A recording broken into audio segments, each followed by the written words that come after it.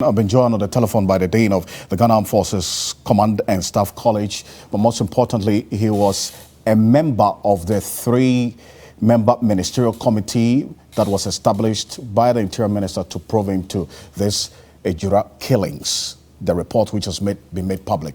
Dr. Vladimir Chinanso, I thank you very much for your time this evening, sir.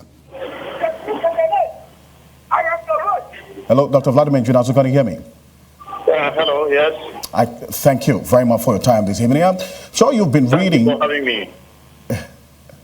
Yes.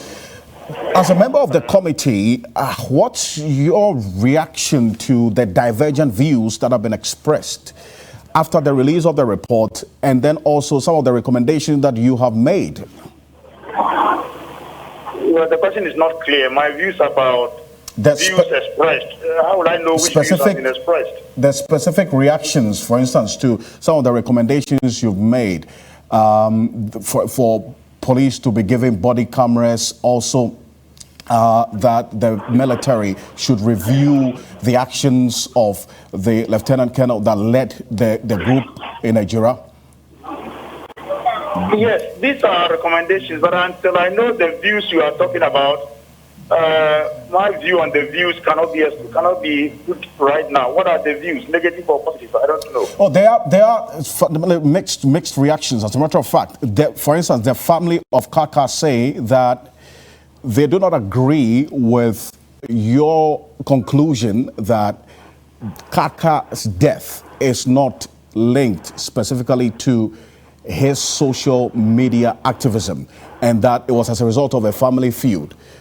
The question is that because you didn't go use one after the other, I've heard about those Kaka's this thing. Of course, it's rather unfortunate that ab initio, Kaka's family or some members of the Kaka's family had been made to believe that we were coming to find out who killed Kaka.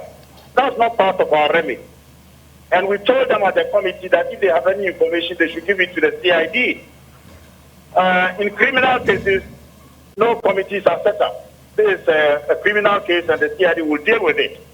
And I don't think the media also has handled this properly.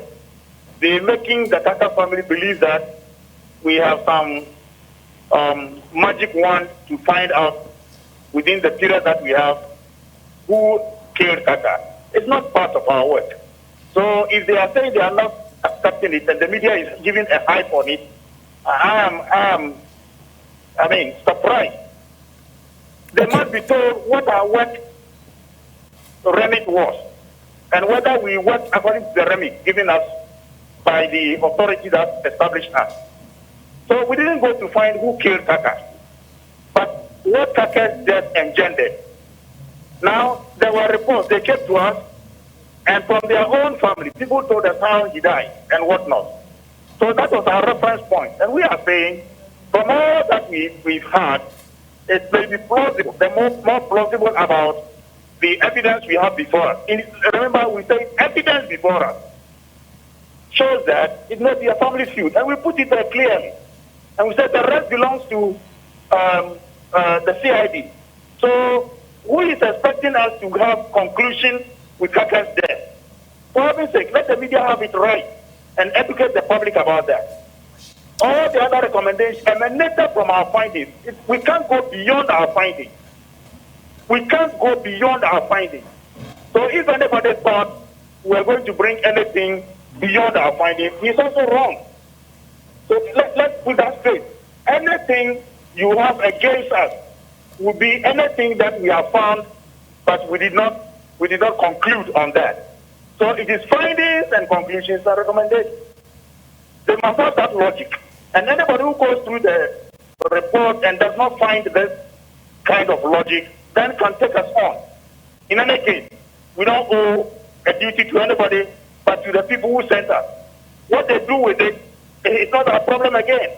People are asking me when and how the recommendations are going to be implemented.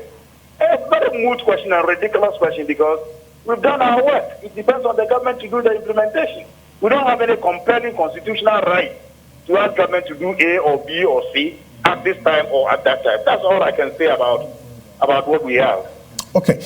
Another reaction to that other aspect of your recommendation, there was really no specific sanction, for instance, mentioning there for the Ashanti Regional Minister, who is the chair of the Regional Security Council.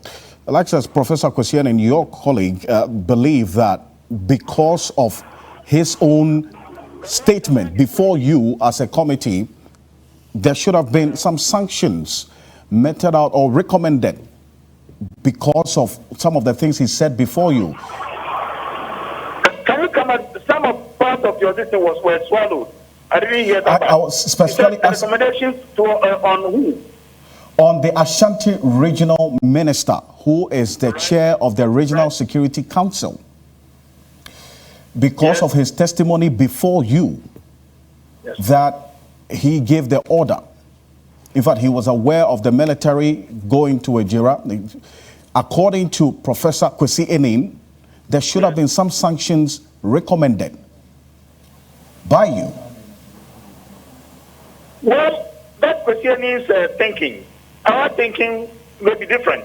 He's the head of the RECSEC, and if you read the report very well, we're not happy about civil-military relationship that was not properly in terms of the SOPs, that the standard operation procedures, and we put it there.